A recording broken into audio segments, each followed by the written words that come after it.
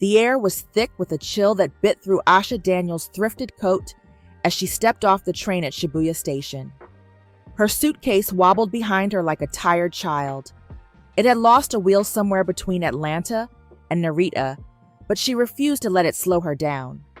"Welcome to Tokyo," she whispered under her breath, the city's neon glow reflecting in her tired eyes. Her voice trembled, half from the cold, half from fear. But she straightened her shoulders and pressed forward. This wasn't how it was supposed to happen. She had come to Tokyo chasing a dream that now felt like a cruel joke. A scholarship to a prestigious fashion school, one she had fought for, won with her blood and breath, only to lose it halfway through when her mother fell ill. The money went home, always home. Rent, treatment, and medication. The dream could wait. Except now the dream felt like it had died quietly in the night, and she was standing in its grave. Still, she had a job, a way forward, even if it felt backward. The agency's message echoed in her head.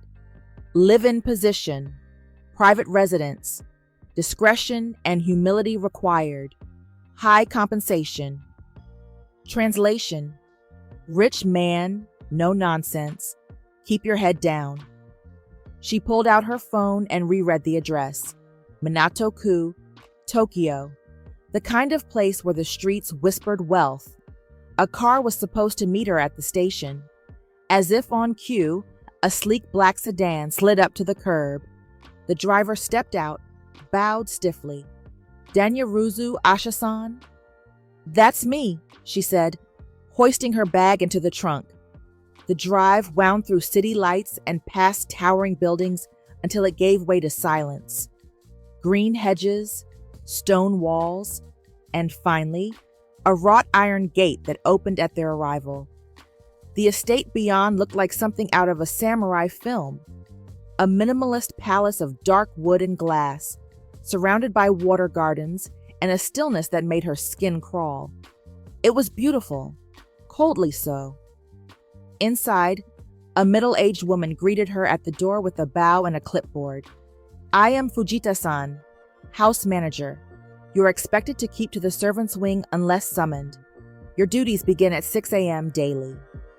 Asha blinked. Summoned? Like royalty? Fujita-san didn't flinch. "Like Takahashi-sama," she said simply, and walked away. Her room was small but clean. Sliding shoji doors, a tatami mat, a single futon. Her fingers itched for a sketchbook. Something to remind her of who she was outside of this uniform, folded neatly on the bed. She changed slowly. The outfit was all crisp lines and sterility. She caught her reflection in the mirror, brown skin against pale walls, hair wrapped in a scarf she'd sewn herself, a fire in her eyes she hadn't yet managed to kill. The next morning came like a slap. Asha hadn't slept. Jet lag, nerves, the pressure of being somewhere she didn't belong. Her first glimpse of Riku Takahashi came as she was wiping down the grand hallway staircase. Brushed steel, polished glass, modern angles carved into an ancient soul of a house. He walked past her with the indifference of a man who was used to being invisible to others, and making others invisible to him. Tall, impeccably dressed in charcoal wool and silence. Hair black and precise, eyes unreadable. Their eyes met for half a second. Nothing, not even a nod. Asha frowned. "Good morning," she said anyway, not expecting a response. She got one, kind of. His eyes narrowed. "Your scarf? Is it regulation?" Her breath caught. "Number? But my hair's wrapped underneath for hygiene." "It's not the appearance that concerns me, it's the pattern." She blinked, confused. "Pattern?" He paused. "It's hand-stitched. African wax print. Bold colors. Too warm for this house." "I made it," she said, standing straighter than she meant to, "and this house could use some warmth." For a second, just a flicker, his lip twitched. Amusement? Annoyance? She couldn't tell. Then he turned without another word and disappeared into one of the rooms that probably cost more than her entire student loan debt. Later, she'd find herself standing on the balcony outside the kitchen, hands trembling around a cup of barley tea, trying not to cry. "You said you'd do whatever it takes," she told herself. She remembered her mom's voice, raspy but firm the last time they spoke before she boarded the plane. "Don't let anyone make you small, baby. You might be working in somebody's mansion, but you walk in like you own your name." And so she would. But as the wind tugged at her scarf and the mansion loomed behind her like a temple to silence and power, Asha Daniels realized something she hadn't allowed herself to say yet. She was alone. But she would survive, even if it meant surviving him. Silence was a luxury Riku Takahashi had purchased at a high cost. In the cavernous study of his estate, surrounded by walls of glass, steel, and custom-milled ashwood, he sat behind a black lacquered desk so sleek it reflected his own frown back at him. The room was immaculate. Every object, every pen, every leather-bound journal, every jade sculpture had its place, not just because he was meticulous, but because chaos invited memory. And memory was something Riku had spent years trying to suppress. A chime echoed softly through the mansion. The time was 6 a.m. He liked the mornings. They were sterile, clean, predictable. He opened his laptop and scanned his inbox. 62 unread emails, all marked urgent. He ignored them. Instead, his eyes went to the corner of the desk where an old analog photo frame sat, out of place in this hyper-digital world. The photo hadn't changed in 5 years. Her smile, Emmy, still looked up at him from beneath a fringe of black hair, cheeks round with laughter, her hands flashing a peace sign as they leaned against a food stall in Kyoto. She wore a yellow cardigan that clashed with everything. She'd insisted it made her look like sunshine. He hadn't been there when she died. He'd been in Zurich, closing a deal that made him one of the youngest billionaires in Asia. When the call came, her voice was already gone. An overdose. Alone. He hadn't even known she was using again. Or maybe he had. Maybe he'd chosen not to look too closely. That was the beginning of the end. Of him, of everything. Since then, Riku had built a fortress around his grief. One made of algorithms, stock shares, and a kind of polite cruelty that kept people from coming too close. He didn't date. He didn't drink. He didn't dream. But that morning, something shifted. He was walking the south corridor, on his way to his personal server room, when he saw her. The maid. She was on her knees, scrubbing the grooves of the hallway's baseboards, humming softly to herself. Her voice was low, melodic, something bluesy, old, and aching. Nina Simone, maybe? His steps slowed. Something in the sound curled around his ribs and tugged, not violently, but insistently. She didn't see him yet. Her scarf was askew, revealing a halo of tightly coiled hair she hadn't bothered to hide. Her hands moved in steady circles, but she stopped, mid-hum, to blow an escaped curl from her forehead. He hadn't realized he was staring until her gaze snapped up to meet his. She froze. He did too. Something about her eyes. They weren't afraid, though they should have been. Not with the way his staff usually scrambled out of his path like shadows afraid of the sun. "Good morning," she said, voice steady. His jaw tightened. "You're humming. It carries." She blinked. "Is that a problem?" "No," he said coolly, "unless you're planning to audition for the opera." A hint of amusement flickered in her expression. "I thought silence was golden here." "It is." "Then I guess I'll try to shine a little less." He should have walked away. That's what he always did. Walked away before people became real. But his feet didn't move. He found himself studying her hands, rough from cleaning, nails bitten, but strong, capable. Her knuckles bore the faint red flush of cold water and scrubbing. She reminded him of someone who hadn't yet learned how to disappear properly. "What's your name?" he asked, more sharply than he intended. She stood slowly, her back straight. "Asha. Asha Daniels." American, clearly. Southern, if he guessed by the molasses in her vowels. Her accent wasn't heavy, but it warmed the room like cinnamon in black coffee. "Stay out of the Eastern Wing," he said abruptly. "I was told. And don't touch anything you can't afford to replace." Her smile faded. "Understood." He walked away without waiting for a response. Back in his study, he stared at the closed laptop screen for a long time. That girl, Asha, there was something about her, a confidence that was not arrogance, a stillness that didn't come from submission, but resilience. He didn't like it. He didn't like that she made him look. He didn't like that her humming had followed him like a ghost into the silence of his office. Worse, he didn't like how the silence now felt, incomplete. Later that evening, while reviewing a systems breach proposal with his security team, Riku caught sight of her again. Through the glass wall of his office, she was standing in the garden, a small notebook in her hand. Her brow was furrowed in concentration as she sketched, oblivious to the cold, to the world, to him. He stepped closer to the window. She was drawing. A dress, not a uniform, not a fantasy gown either. Something avant-garde. Sharp lines softened by flow, cultural echoes, modern shapes. Her pencil danced. Riku Takahashi didn't believe in fate, but in that moment, as snow began to fall around her in delicate spirals, he felt something shift inside him, something dangerously close to wonder. He closed the blinds with a flick of a button, but he couldn't close the memory. The vase was not just fragile, it was sacred. Asha didn't know that yet. To her, it was just another beautiful thing in a house filled with beauty she wasn't meant to touch.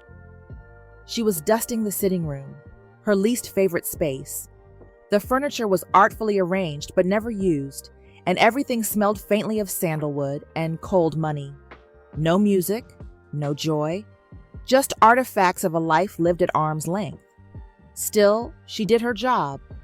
Her fingers traced the edge of a silk runner on the low table when she noticed it. A porcelain vase perched on a recessed shelf built into the wall. It was small, delicate, the glaze like moonlight frozen in clay.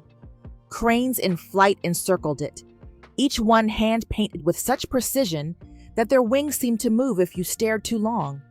It was breathtaking. Asha leaned closer, her cloth still in hand, the corner of her lip caught between her teeth. She wasn't going to touch it. Not really. Just polish around it. Gently, respectfully.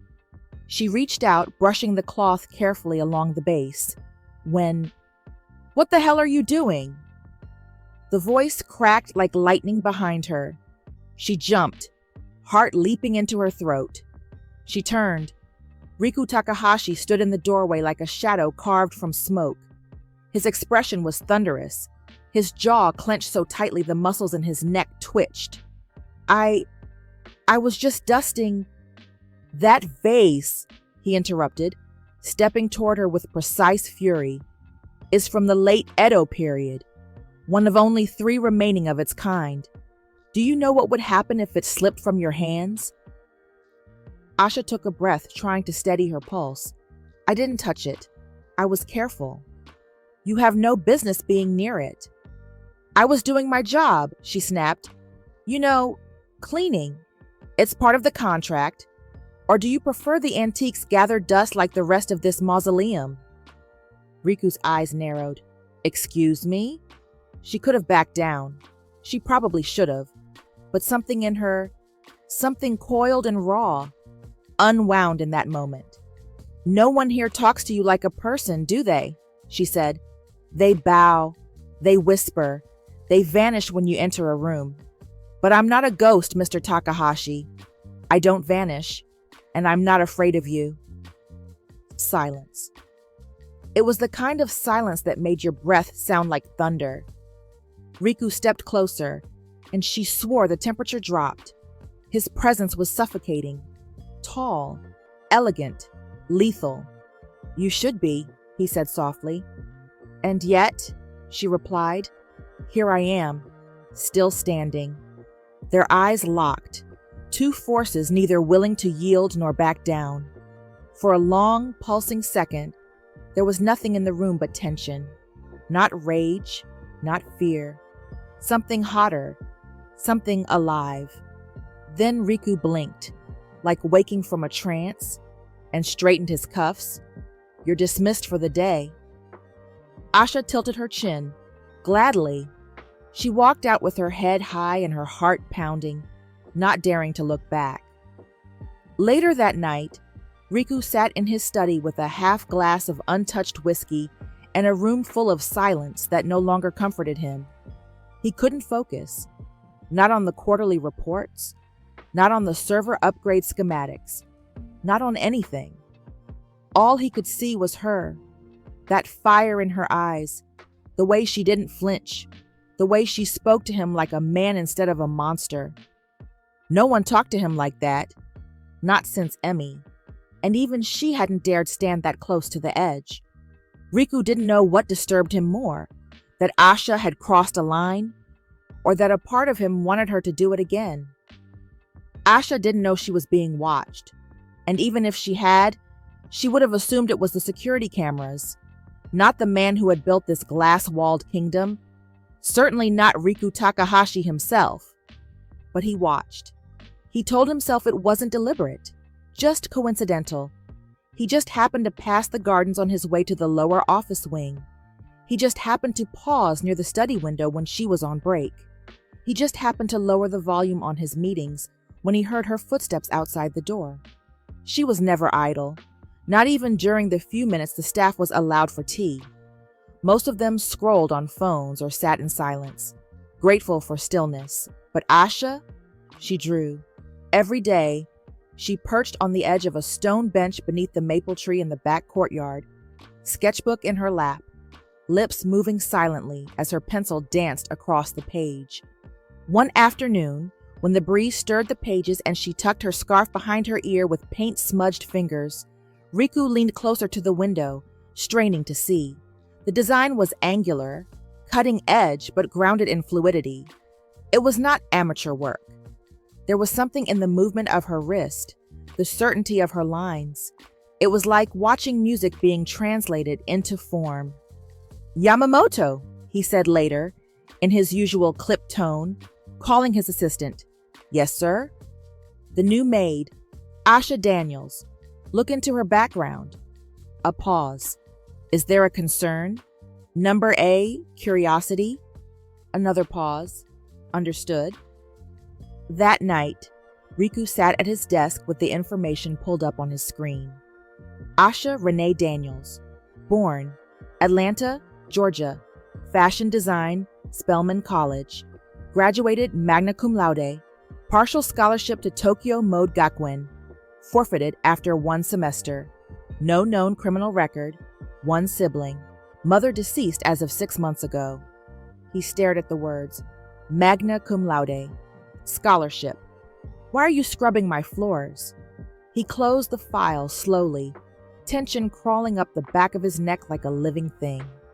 Guilt, maybe, or something older, something almost aching. He didn't mean to eavesdrop. That part really was accidental. He was walking through the West Garden late one night, avoiding yet another board dinner he'd been expected to attend, when he heard the sound, muffled, software A voice. He followed it, stepping soundlessly behind the sakura grove, and stopped short. Asha was sitting on the edge of a stone fountain, her phone cradled between her shoulder and ear, head bowed. She was crying, not sobbing, not theatrically, just silent tears, the kind that made her voice rough and raw as sand. "No, Kendra, I'm fine, she whispered. I thought I'd be more by now, you know? I thought I'd be someone. I didn't come all this way to be invisible. Pause. I swear I'm trying. But it's like the whole world sees me as a tool, a broom with legs, not a person. Silence again. Then softer. I miss Mama. I hate that she died thinking I was gonna make it. Riku felt something twist in his chest. Not pity, not condescension, recognition. He took a step back before she could notice him, disappearing into the dark like he'd never been there. But her words followed him all the way into the house. Invisible, tool, not a person. The invitation came the next day. A printed envelope left on her bed. Miss Daniels, please join me for dinner at 7:30 p.m. in the inner courtyard. I'd like to discuss your future. Riku Takahashi. She stared at it for 10 full minutes, unsure whether to laugh, scream, or burn it. What kind of man ordered people to dinner like it was a royal summons? Discuss your future. That line scratched at her pride like sandpaper.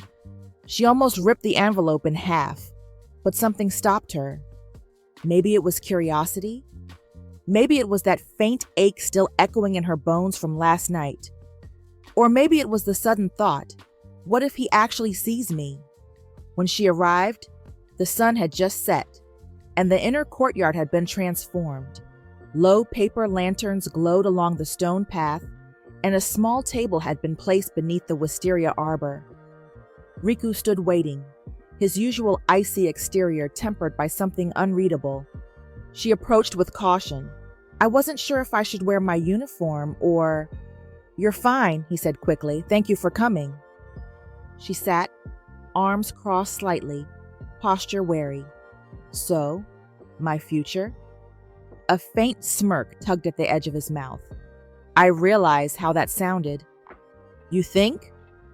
A server appeared with plates, grilled salmon, miso roasted vegetables, saffron rice. Not extravagant, but intentional. I had them look into your background, he said simply. Her eyes narrowed. You what? Your education, your designs, your scholarship?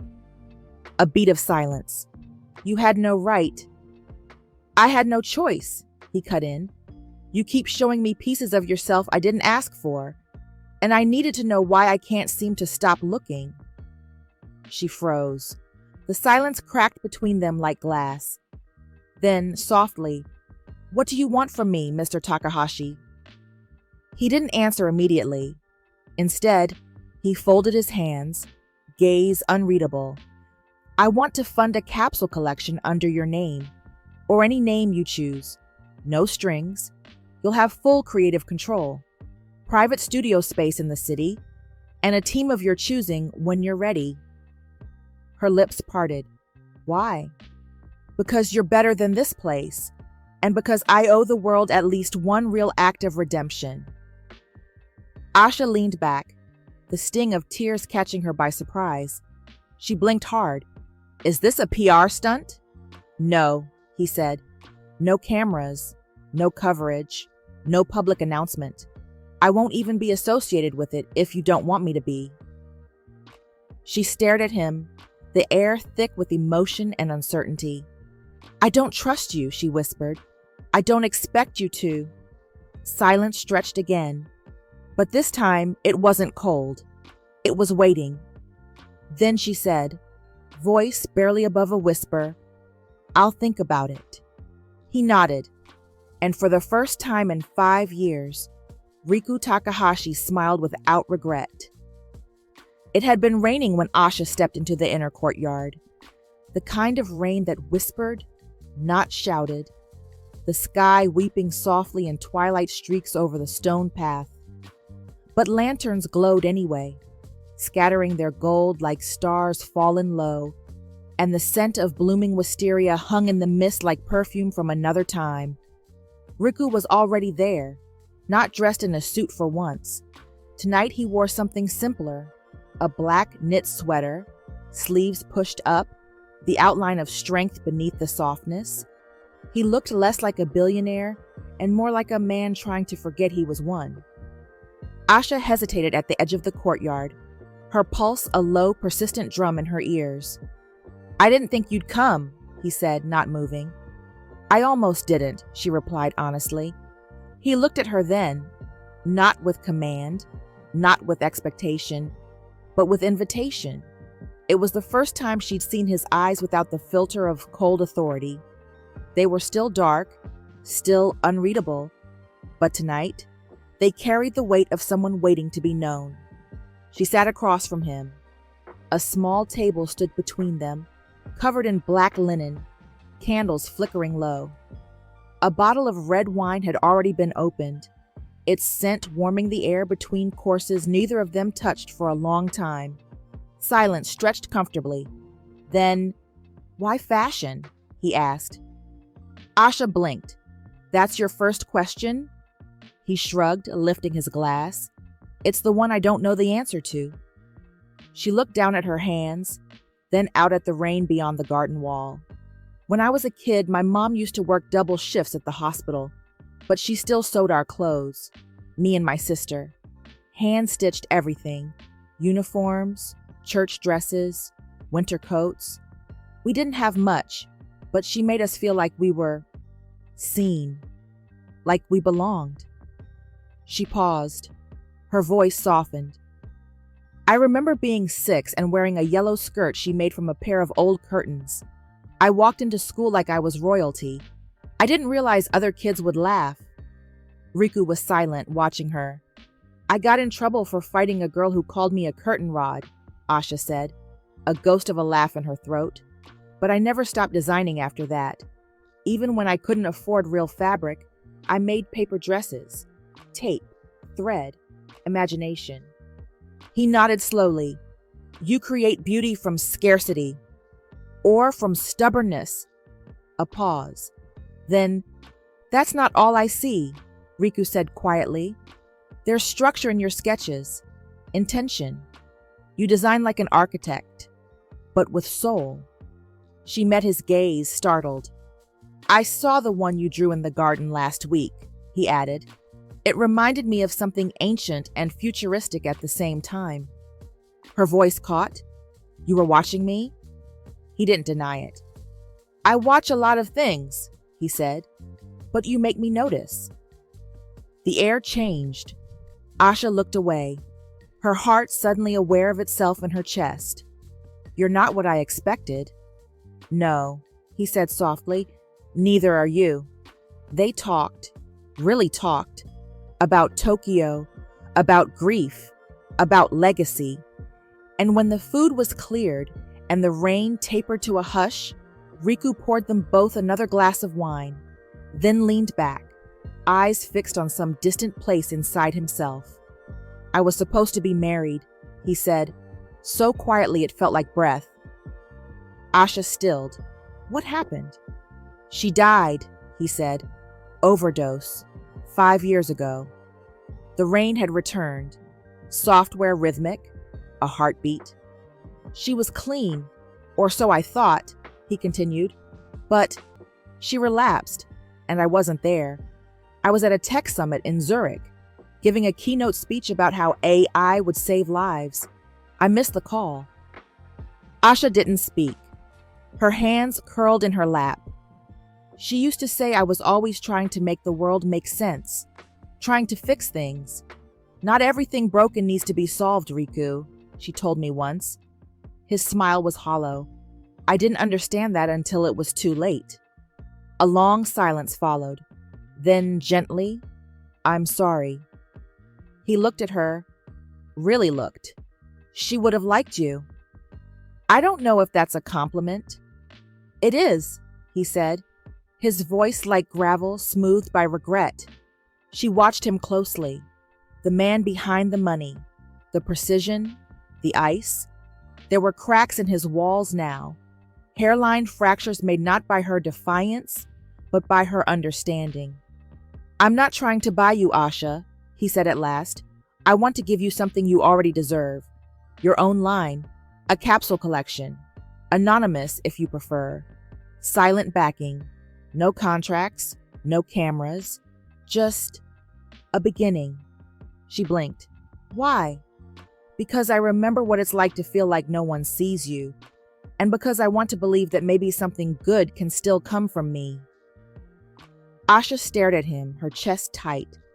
It wasn't the offer that moved her. It was the intention, the vulnerability, the quiet, unpolished truth behind it. I don't trust easily, she whispered. I don't expect you to. And I don't want to owe you. You won't. She hesitated, her breath catching. But something inside her shifted. The part that had carried shame like a second skin. The part that had been afraid to hope. She nodded. I'll do it.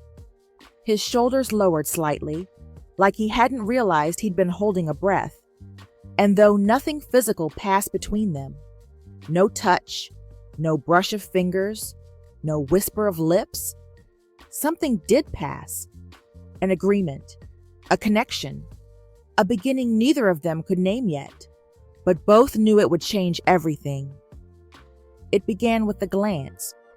Or maybe it began with a silence that lingered too long, the kind that hovered between two people who didn't quite know how to say everything they were thinking. Whatever it was, it lived in the spaces between Asha and Riku now. Quiet but charged. They moved around each other like magnets on a table, unsure if they would draw close or repel. She was designing again, not for anyone else this time, for herself. The capsule collection was taking shape on sketch paper and dress forms in a small studio space Riku had arranged discreetly in Shibuya. She worked late. So did he. And more than once, they found themselves walking the same hallway at the same hour, as if pulled by something invisible. Shouldn't you be asleep? He asked one night, standing in the doorway of the garden room. Asha looked up from her sketchbook, cross-legged on the floor, surrounded by fabric swatches. Shouldn't you be learning how to delegate? His mouth curved just slightly. Touché. She didn't get up, and he didn't walk away. Instead, he crossed the room, removing his jacket, folding it over the back of a chair before sinking, carefully, onto the floor beside her. For a while, they said nothing. Just sat there, shoulder to shoulder, in a puddle of soft lamplight and possibility. Do you miss her? Asha asked gently. There was no need to say who. Riku didn't answer right away. He stared at a piece of fabric in his hand, something sheer, with a rich bronze undertone. I miss who I thought I could be with her, he said finally. Asha nodded. That version of you died with her? Number I buried him. Silence. Then she whispered, what if I think I like this version better? His breath caught, but he said nothing. Over the next week, the shift between them became undeniable. Asha would catch him watching her, not in the way men looked when they wanted to consume, but in the way people watched when they were hungry to understand. She laughed more, he smiled more. They shared coffee in the kitchen once at 2 a.m., seated on opposite ends of the counter, their bare feet brushing under the stools. She told him about Atlanta summers, about the thick heat and the smell of barbecue from her neighbor's grill, about her mom's old radio and the way she used to slow dance alone in the kitchen, eyes closed, dreaming of a different life. He told her about boarding school in Kyoto, about isolation, about being a boy who was too smart, too strange, and too lonely to be loved easily, about how money built walls faster than friendships. I don't think anyone's ever seen me the way you do, he said once, barely above a whisper. Asha met his gaze, her voice soft and real. That's because I'm not looking for who you're trying to be. I'm looking at who you already are. One night, it rained. A thunderstorm rolled through Tokyo, heavy and moody, the sky split by lightning as Asha walked back to the main house from the studio. She had no umbrella. Her hair was soaked, curls clinging to her cheeks, sketchbook wrapped in plastic under her coat. He was there, standing just inside the door as if he'd been waiting. "You'll catch a cold," he said, his voice low and hoarse. "You'll catch feelings," she quipped, but there was no laugh in her voice, only trembling breath. He stepped toward her. She didn't move. The silence between them burned. Then, slowly, carefully, Riku reached out and pushed a curl from her cheek, his thumb grazing her skin with a reverence that made her breath hitch. Asha tilted her face up to him. Their lips were inches apart, close enough to feel warmth, close enough to see every flicker of hesitation in his eyes. But he didn't kiss her. He pulled back, jaw clenched, gaze torn. "I can't," he whispered. "Why?" "Because if I start, I won't be able to stop." The next day, she didn't see him. Or the day after that. Something had shifted. She told herself it didn't matter, threw herself into work, pinned muslin to mannequins with hands that trembled, avoided the garden, avoided the hallways where his scent still lingered. But late one night, looking for Fujita-san, she walked past the executive meeting room. Empty, usually, except tonight. The door was cracked open. Voices echoed. She paused, and then froze. "Her name is Asha Daniels," one man said. "Young, talented. The public will eat it up. A rags to riches story. Black American designer. Overseas. Sponsored by Takahashi Tech's Cultural Outreach Fund." "She's beautiful too," another said. "Easy to package. We can pitch it for fourth quarter marketing. A human interest piece." Riku's voice cut through the others like a blade. "She's not a campaign." A pause. "Then why fund her?" someone pressed. "You haven't invested in anything low profile in years." Another silence. Then, cold and sharp, "It started as an experiment. I thought maybe I could help her succeed where others failed. Give her a story." Asha didn't hear anything else. She backed away from the door, the words "it started as an experiment" crashing through her like shrapnel. The hallway swayed. All the late-night talks, the promises, the gentle glances, the almost kiss in the rain. A story, a project. She wasn't a partner. She was a symbol, an accessory, a fool. She turned and walked quickly, blindly, down the corridor. Back to her room.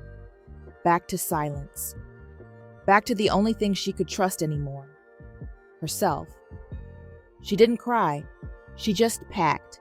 Because the one thing her mama had taught her, long before the world did, was this: don't beg to be chosen, and don't ever stay where you're being used. The sun rose over the Takahashi estate like it always did, quietly, beautifully, indifferently. But inside the walls of the main house, Asha Daniels was breaking. She stood in the marble hallway outside the executive meeting room, her back straight, her heart torn open like a seam ripped too fast. The air around her smelled like cedar and money and lies. She clutched the folded sketch that had fallen from her bag last night, one of the dresses she designed with Riku's support. It looked like hope, and now it made her sick. Fujita-san approached from the east wing, her expression composed but curious. "Danyaruzu-san," she said gently. "Are you all right?" Asha's voice came low and hard. "Is he inside?" The house manager hesitated. "Yes, but they're still..." Asha walked past her, fast. She shoved the door open. The room fell silent. 10 men in suits. Riku seated at the head of the table, his hands folded, his expression unreadable, until he saw her. Then everything in his face shifted. "Asha," he said, rising to his feet. "Wait." "No," she said sharply. "Don't. Just don't." Everyone else in the room began to murmur. One of the board members, gray suit, thick glasses, stood confused. "Is there a problem?" "Yes," Asha snapped, never looking away from Riku. "There's a huge one, But don't worry, it's nothing a good PR spin can't fix, right? Riku's brows drew together. Come with me, not here. No, she said again, louder now. You made me a project in this room. You can hear me in it too. She stepped closer, voice shaking, but not breaking. Did you ever see me as a person, Riku? Or just a story with good angles? He looked pale, stripped. It started that way, he said quietly. Yes. Asha felt the crack split down her spine. The room was silent. No one dared breathe. But it stopped being about that, Riku said, stepping around the table. You stopped being a project the moment I saw you cry in the garden. The words were soft, almost tender, and they hurt more than if he'd screamed. I didn't mean for it to become... To become what? She interrupted. Real or inconvenient? Riku looked at her like a man drowning, reaching for air he wasn't sure he deserved. I didn't know how to tell you. I didn't want to lose you. You never had me, she whispered. Not really. A hush fell across the room. Even the wind outside seemed to hold its breath. I trusted you, she said. I let you see parts of me no one else has, not because of what you could give me, but because for a second, I thought you saw me. Not as charity, not as strategy. Me. Her voice cracked then, but she didn't cry. Not here, not for him. Riku stepped closer. Asha, please, don't. She took a step back, every muscle in her body tense with grief she refused to collapse under. You offered me a future, but the whole time, I was just your proof of empathy. A feel-good footnote in a redemption arc no one asked you to write. He flinched. She turned to leave. Where will you go? He asked, voice low and raw. Asha paused in the doorway. I don't know, she said, but it'll be somewhere I'm free, somewhere I'm mine. She turned her head slightly, just enough for him to see the tears glinting in her eyes that still refused to fall. You shattered my dreams, Riku, but you don't get to shatter me. Then she walked away. Every step echoed, and with each one, Riku Takahashi felt something inside him splinter. Not because she was gone, but because he knew he was the one who had made her leave. Later that night, alone in her modest apartment on the other side of the city, Asha sat on the floor with a single suitcase and a sewing kit beside her. The ache was bone deep. Her dreams were in pieces. But her hands, trembling, tired, raw, still worked. They stitched. They created. And with every pass of the needle through fabric, Asha reminded herself of one thing. She could begin again. The apartment was barely more than a box. A single window, cracked linoleum floors, and a heater that coughed more than it warmed. The mattress lay directly on the floor, and the bathroom light buzzed like an anxious fly. But Asha didn't care. It was hers. There were no cameras here, no curated luxury, no antique vases waiting to shatter. Just four walls and silence, and grief. So much grief. For a while, she didn't move. Not really. Days passed in a haze of ramen cups and unanswered calls. Kendra rang 3 times before Asha finally answered with a hollow, "Hey!" Her sister's voice came through the phone like home. Warm, steady, unforgiving, in love. "You sound like hell." "Thanks." "What happened?" Asha didn't answer at first. Then, "He used me." There was a pause. "Did you love him?" Asha swallowed. "Yeah, I think I did." "You gonna let that be the end of your story?" Silence. "No," Asha whispered. "Good. Now get up, wipe your face, and sew something." That night, Asha opened her sketchbook again. The pages were water-stained from her move and a little warped, but her hands remembered the rhythm. Her pencil moved like a breath of defiance across the paper. The first design came out angrier than she meant it to. Sharp shoulders, dramatic angles, structured rage. The second softened, a coat with embroidered cranes bursting from rich Ankara fabric. The third was a dress that looked like sunrise in motion, bold reds clashing with soft grays, like fire blooming in mist. It felt like speaking again. She posted a few rough sketches on a private Instagram account she hadn't touched in months.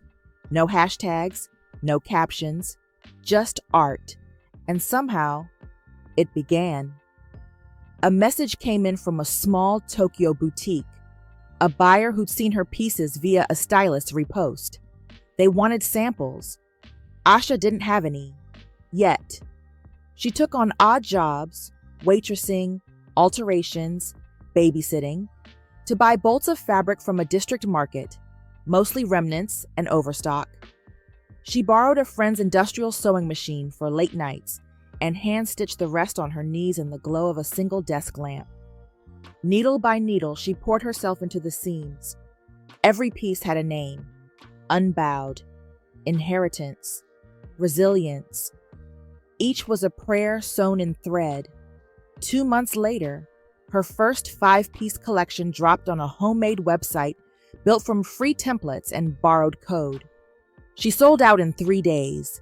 The boutique reordered. Another store reached out. Then a photographer. Then a stylist. She was sleeping less, eating ramen again, but this time not from despair but drive. Then came the email. From Misaki Sato, fashion editor for Tokyo Moda. Asha-san, saw your pieces at the Kinyo Gallery last night. Your fusion of Afro heritage and Japanese minimalism? Utterly arresting. I want to feature your work in our spring issue. Let me know if you're open to a conversation. Misaki. Asha stared at the screen for a full minute before she sat down, slowly on the mattress. Then she laughed. Not loud, not wild, but full. The interview happened a week later. Misaki met her at a noodle shop, no frills, dressed like she'd walked out of a runway show even in ripped jeans. You're younger than I expected, she said with a grin, and grittier. Life does that to you, Asha replied, sipping her broth. You work alone? For now. Who taught you to sew like that? My mama. And heartbreak. Misaki paused, her chopsticks midair. That's a damn good quote. Asha smiled, and for the first time in months, it reached her eyes. The spring issue came out with her photo in black and white. Asha Daniels, weaving identity into silk and steel.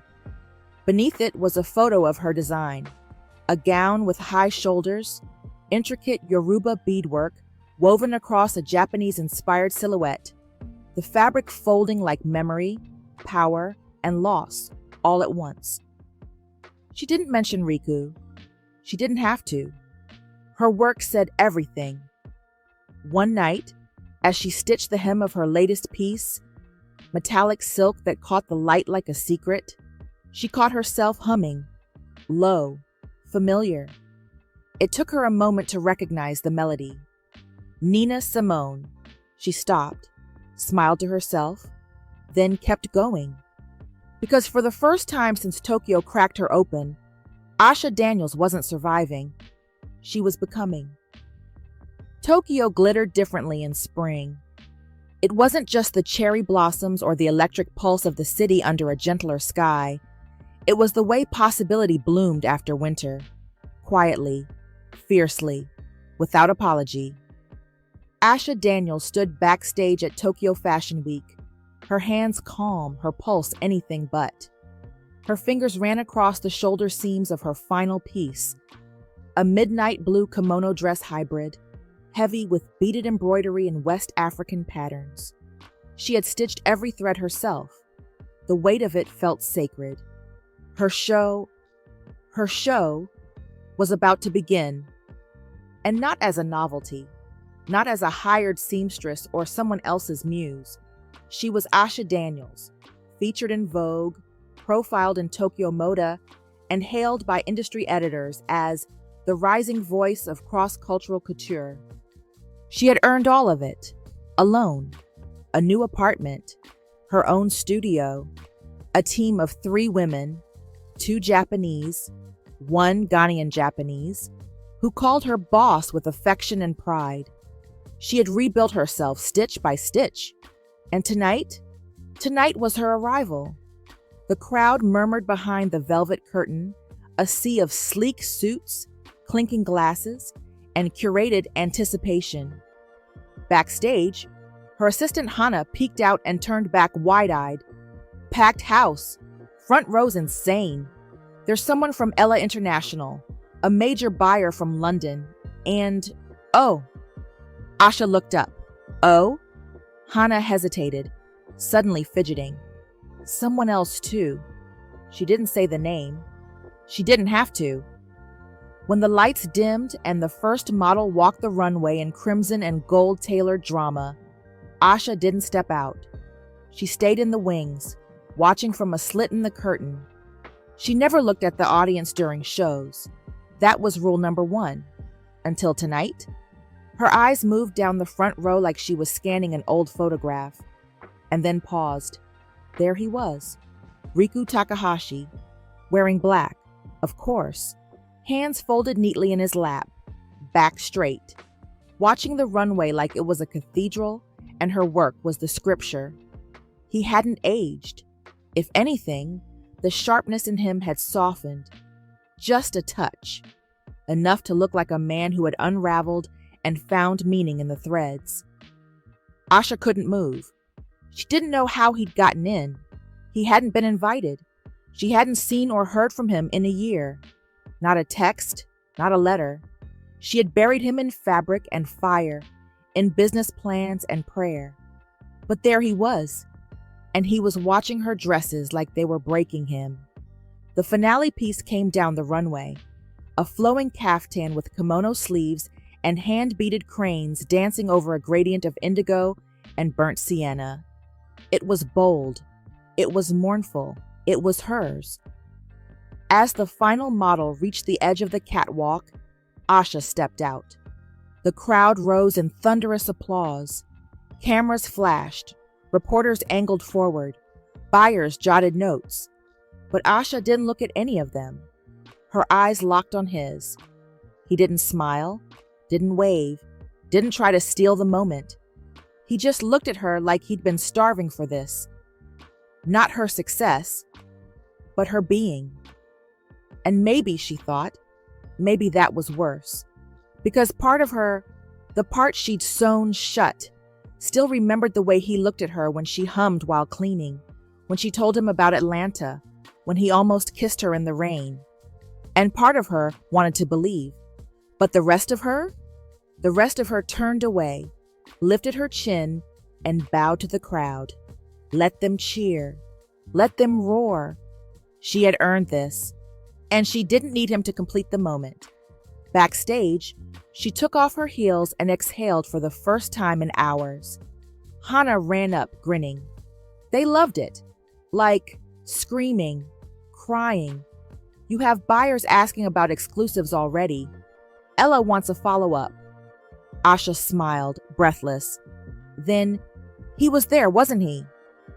Hana nodded slowly. Yeah, but he didn't say anything. Just watched, then left before the press caught him. Asha turned her head. Did he look proud? Hana smiled. He looked wrecked. That night, alone in her apartment, Asha placed her phone on the windowsill and let the city glitter below. There was no message, no note. But that was okay, because she wasn't that girl anymore. She had risen on her own. But for the first time in a long time, she wondered, not what could have been, but whether what was could ever become something new again. For nearly a year, Riku Takahashi had lived in the shadows of what he'd destroyed. When Asha walked away that day, shoulders squared, voice shaking but proud, she didn't just walk out of his estate. She walked out of the last illusion he had about himself, that he could control everything, that he could build something beautiful without being honest, that good intentions could excuse a coward's silence. He didn't try to reach her, not at first, because for the first time in his life, Riku understood that some things don't heal with power or precision. They heal with time, with distance, with action. 2 weeks after her departure, he stood before the Takahashi board in a rare emergency session. "I'm dissolving the PR division," he said flatly, "effective immediately." There was an uproar, murmurs, protests, stunned faces. "You can't do that," said Vice Chair Ito. "That's the face of our recovery strategy. That strategy was built on deception, exploitation. I won't continue it." "You approved it?"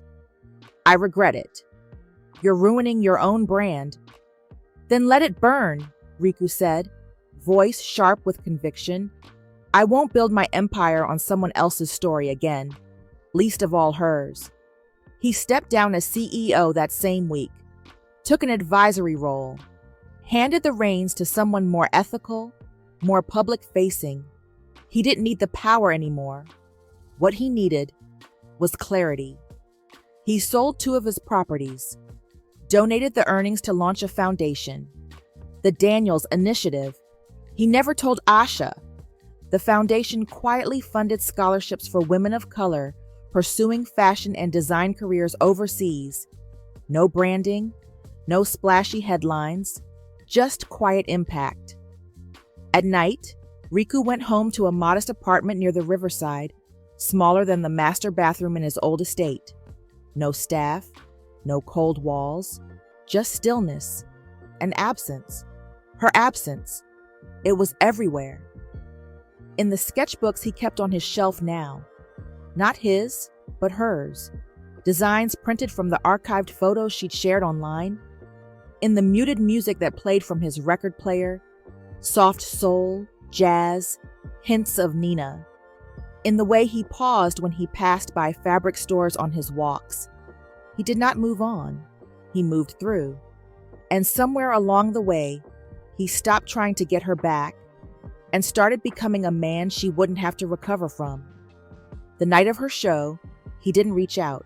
He didn't send flowers, no press alert, no VIP pass request. He sat quietly in the front row, like a man visiting a temple. And when she stepped onto the runway, when the crowd erupted, he felt something deeper than admiration. He felt grateful that she had made it, that he hadn't broken her, that she had risen despite him. He didn't expect the press to catch him outside, but they did. A young journalist, maybe 22, shoved a mic forward as he exited the venue alone. "Mr. Takahashi, thoughts on Asha Daniels' debut?" He paused. He could have said anything diplomatic, anything cold, anything forgettable, but he didn't. Instead, he turned to face the cameras. "I want to say something," he said. Microphones surged forward. Riku tucked his hands into the pockets of his dark coat and exhaled slowly. "I wronged Asha Daniels," he said, voice firm but low. "I failed to protect her. I failed to respect her story, and I exploited her pain under the guise of opportunity." The reporters went still. "She didn't just design a collection," he continued.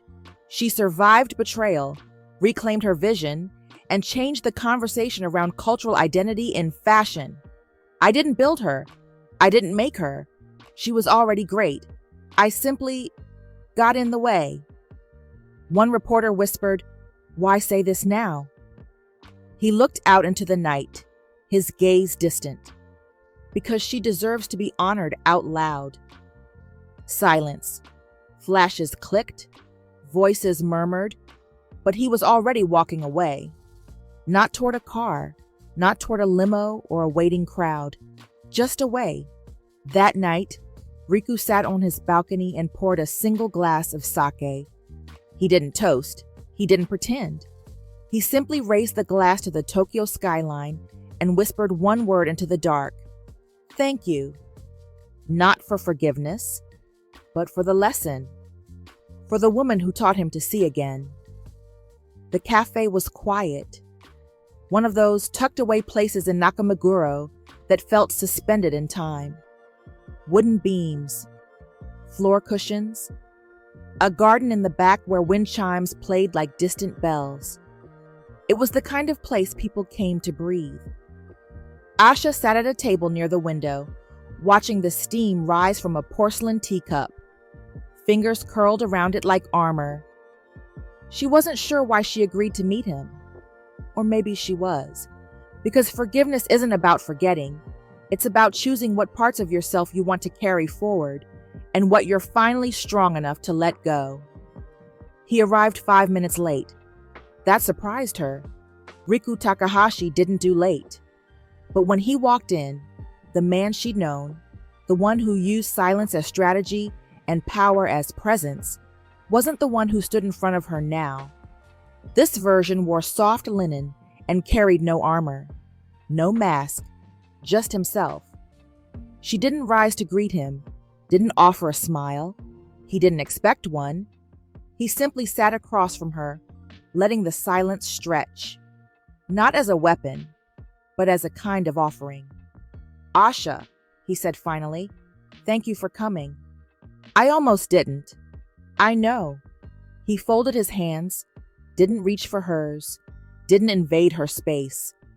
"I'm not here to explain," he said. "I've already done that. I'm not here to ask for another chance. You owe me nothing." Asha said nothing. Riku leaned forward, voice quieter now. "I came because I needed to say this with no cameras, no noise, just me, just you." She looked up then, and the pain that once clouded her gaze had become something else. Wisdom, distance, but not bitterness. "I love you, Asha." Her breath caught. "I loved you before I knew what love meant," he continued. "Before I understood that it's not about fixing or possessing. It's about seeing and letting someone be seen." He swallowed. "I don't want to stand in your light. I just want to be where it touches." Her hands trembled in her lap. "I won't beg," he added, "because your future doesn't depend on me. You've already built something beautiful without me. You're already whole." His voice cracked, not with desperation, but truth. "But if there's a place in your life where I can stand, not in front, not behind, but beside you, then I will be the most grateful man alive." A long silence followed. So long, in fact, that a server refilled their tea and tiptoed away without a word. Asha's voice, when it came, was barely more than breath. "You shattered my dreams." Riku closed his eyes. "But I built new ones." She looked up, and this time her eyes shimmered, not from tears, but from peace. "And maybe," she said, "there's room in them for you." Riku's breath caught like he'd been punched in the chest by relief, but he didn't move. He waited. Only when she stood, slowly, and extended her hand did he rise. She didn't say anything else. She didn't have to. They walked along the Meguro River, under strings of soft lights and late-blooming sakura petals drifting like confetti. When they reached the footbridge, she stopped and turned to him. "Are you still afraid?" she asked. "Terrified." "Of what?" "That I'll mess this up again." She smiled. "Then don't." And then, finally, he leaned in, not with urgency, not with hunger, with reverence. Their lips met under Tokyo's night sky, not like a climax, but like a promise. Not as savior and survivor, not as maker and muse, but as two people who had bled, rebuilt, and found each other again, not to complete each other, but to choose each other. 1 year later, the sun filtered through the gauzy curtains of their Kyoto home, casting golden ribbons across the wooden floor. It was a small house, modest by Riku's old standards, but every corner breathed intention. Books stacked on the low table, a record player humming in the corner, Swatches of indigo, ochre, and crimson pinned along the walls of Asha's home studio. A bonsai tree on the windowsill Riku still wasn't allowed to prune without supervision. This wasn't a mansion, it was theirs. Asha sat cross-legged on the tatami mat, her laptop open, her inbox overflowing with congratulations. Her third collection, Bloodlines, had just debuted in Paris to a standing ovation. But it wasn't the press coverage she was reading. It was a new proposal from a rural school in Ghana, a partnership request through the Daniels Initiative. They wanted to teach young girls how to sew with donated machines. The program had already reached Cambodia, Detroit, and Nagoya. She smiled, then felt a kiss land softly on her shoulder. "You've been up since 5, Riku murmured, crouching beside her. "Come back to bed." She tilted her head to look at him. "Didn't you just come from it?" "I got lonely," he said, wrapping his arms around her waist from behind. "You used to like silence." "I still do," he whispered, "but I prefer your voice in it." Asha leaned back against him, heart steady, whole. They didn't talk about the past often, not because it didn't matter, but because they'd sewn it into something else, something lasting. There were still moments when the old wounds whispered, when she doubted, when he overthought. But they'd made a pact. Always say the hard thing before the silence swallows it. He had learned how to ask. She had learned how to stay. And every day they chose each other again, not for survival, but for joy. That evening, as twilight settled over the hills, they lit candles on the back porch and shared bowls of udon, cross-legged under the stars. Asha looked up at the sky, then at him. "You ever think we'd end up here?" "No," Riku said honestly. "I didn't think I deserved to." She took his hand. "You didn't. Then." He looked at her, something still soft and awed in his eyes. "But you grew into someone who did." He pulled her close. "Thank you for letting me try." She kissed him then, slow, familiar, deep. And when they broke apart, Asha smiled. "I didn't let you," she said. "I chose you."